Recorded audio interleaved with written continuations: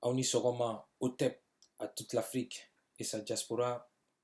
Moi, c'est Issa Balamoussa Sangaré, auteur, kamit et panafricaniste d'obédience Modibo Keïta, Kwame Nkrumah et Julius Nyerere, et disciple du grand maître Osar Diop, Osiris Diop, connu sous le nom de Cheikh Anta Diop sur la terre de nos ancêtres.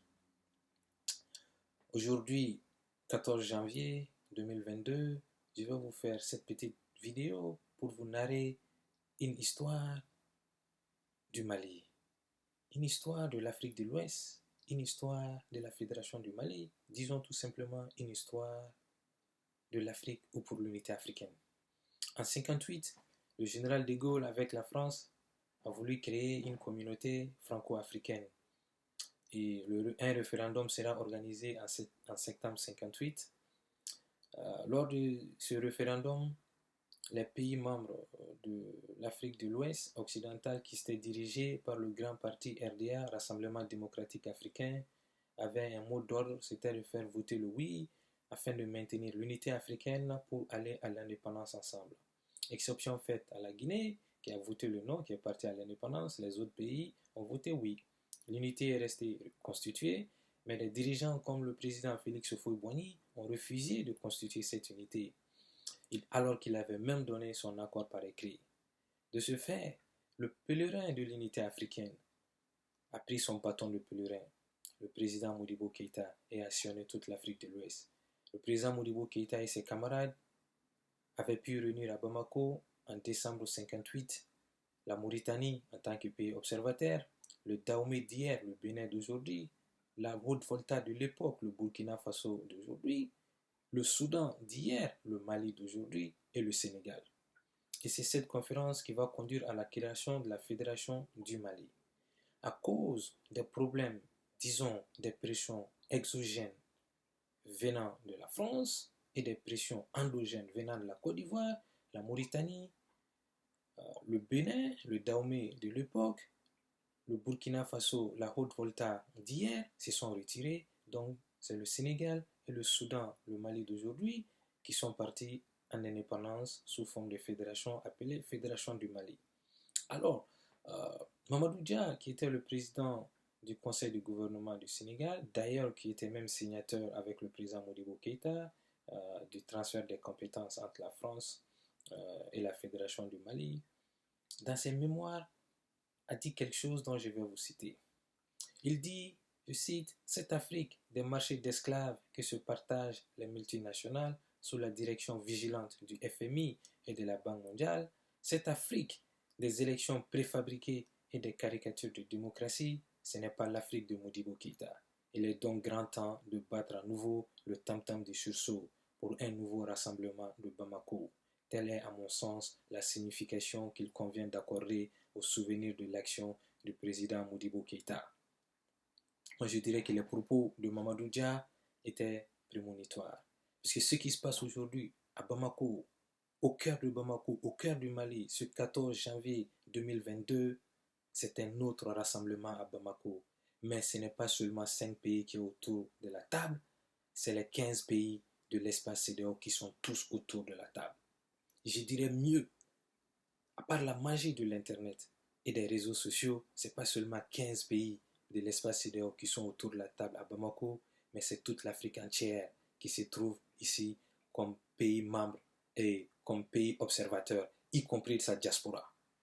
Donc c'est un autre rassemblement qui se tient à Bamako. Et ce rassemblement peut nous conduire à l'unité africaine. De ce fait, ce qu'on va dire au président Assimi Goïta, c'est de maintenir le cap.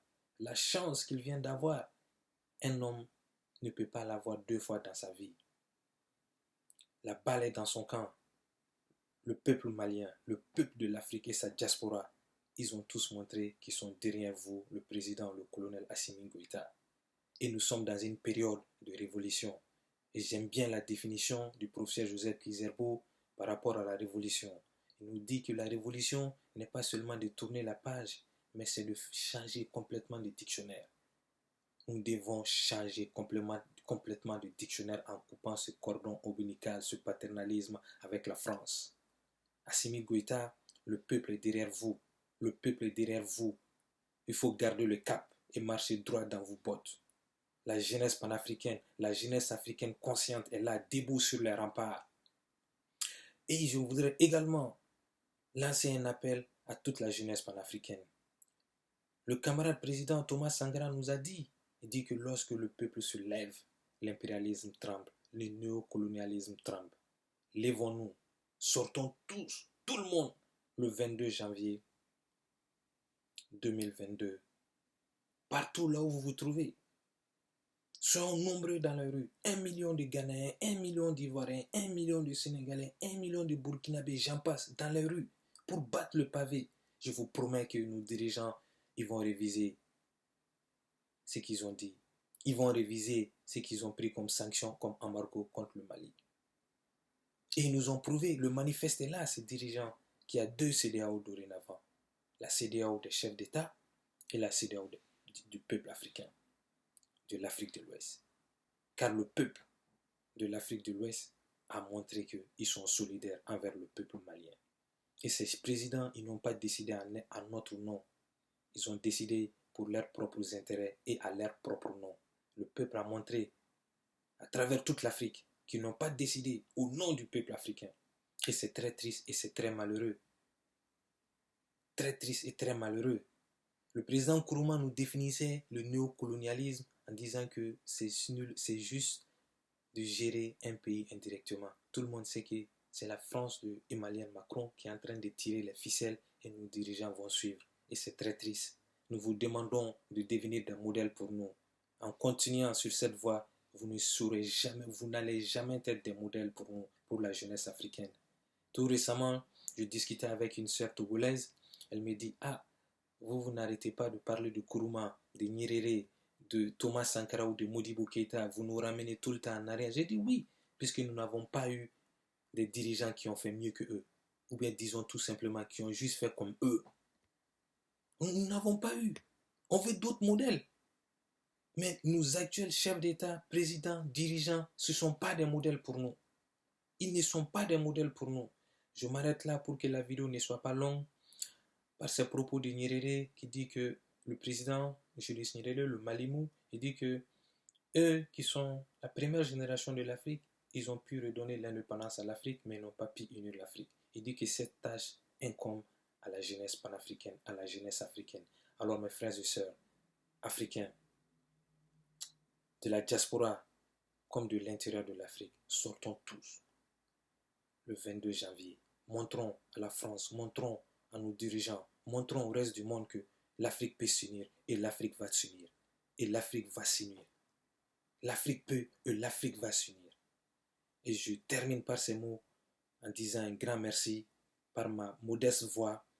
Je dis merci à tout le peuple africain au nom du peuple souverain malien. Merci